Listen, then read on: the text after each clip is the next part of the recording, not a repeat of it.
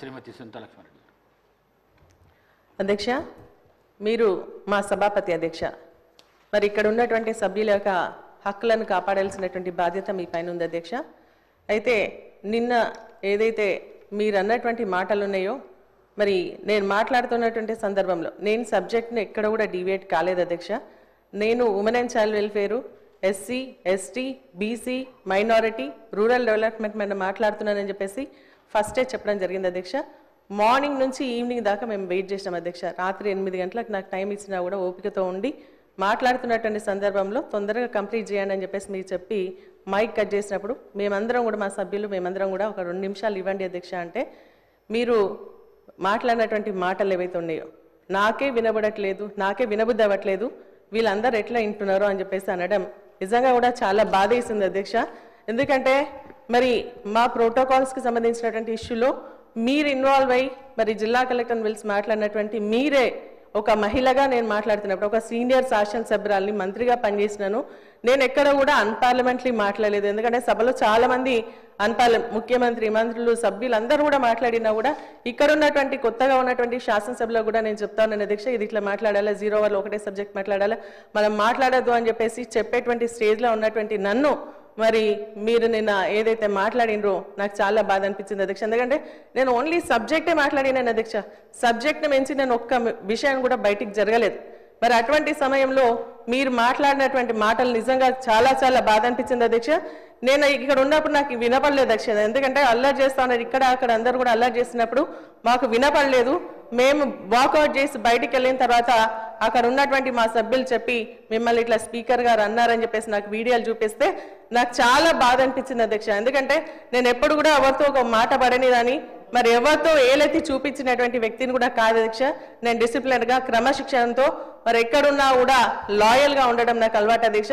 కానీ మీరు నేను తప్పేం మాట్లాడిన అధ్యక్ష, మరి మీకు ఎందుకు వినబడేది కాలేదు నాకు అర్థం కాలేదు. ఇక్కడ నేను ఉన్నది మరి నా ప్రజలు, నియోజకవర్గానికి సంబంధించినటువంటి ప్రజలు నా పార్టీ అవకాశం ఇస్తే గెలిచి ఇక్కడ వచ్చినాను అధ్యక్ష.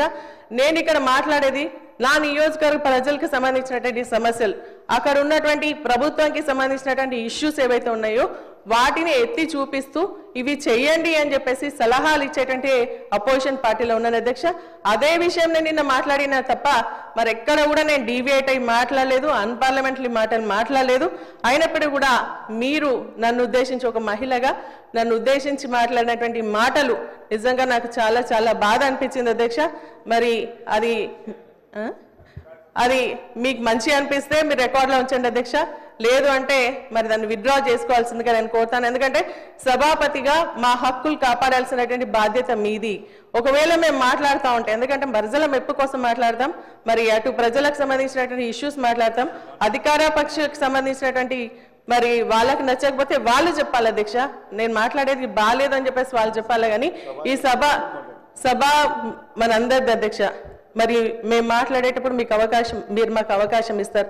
అవకాశం ఇచ్చినప్పుడు మేము మాట్లాడుతూ ఉన్నప్పటి సమయంలో మీరు అట్లా, ఎందుకంటే మీరు చూసిన అధ్యక్ష, మహిళల్ని పట్టుకొని మన ముఖ్యమంత్రి గారు మమ్మల్ని మాట్లాడడం జరిగింది అధ్యక్ష, అన్పార్లమెంటరీ మాట్లాడి ఇంకా కొంతమంది అయినా కూడా మేము సైలెంట్గా మా నిలబడి నిరసన వ్యక్తం చేసినమే తప్ప ఎప్పుడు కూడా మేము మరి దాని పరిధి దాటి పోలేదు అధ్యక్ష.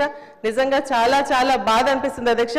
అది మీకే వదిలేస్తా ఉన్నాను, నాకు అవకాశం ఇచ్చినందుకు థ్యాంక్స్ అక్క. కానీ ఇటువంటిది మరి ప్రాక్టీస్ ముందు కూడా జరగకూడదు, ఈ సభకు మంచి సంప్రదాయం కాదని చెప్పేసి కూడా నా విచారాన్ని వ్యక్తం చేస్తూ సెలవు తీసుకుంటున్నాను అధ్యక్ష. Thank you.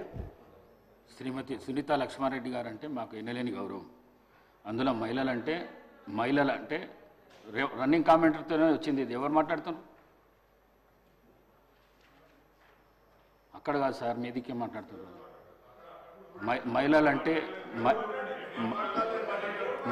మహిళలంటే ఎన్నలేని గౌరవం నాకు 8 మంది సిస్టర్స్ ఉన్నారు. నేను మహిళలను చాలా ఎక్కువ గౌరవిస్తాను. నేను ఈ సీటు మీద ఉండి నేను మిమ్మల్ని అనుకోవడం మాత్రం చాలా పొరపాటు. అది మీరు మాట్లాడేటప్పుడు రన్నింగ్ కామెంటరీ ఇక్కడి నుంచి అక్కడి నుంచి వస్తున్నది. వారు మాట్లాడేది వినబడతలేదు, నాకే వినబడతలేదు, మీకు వినబడుతుందా అని చెప్పిన. మిమ్మల్ని ఉద్దేశించి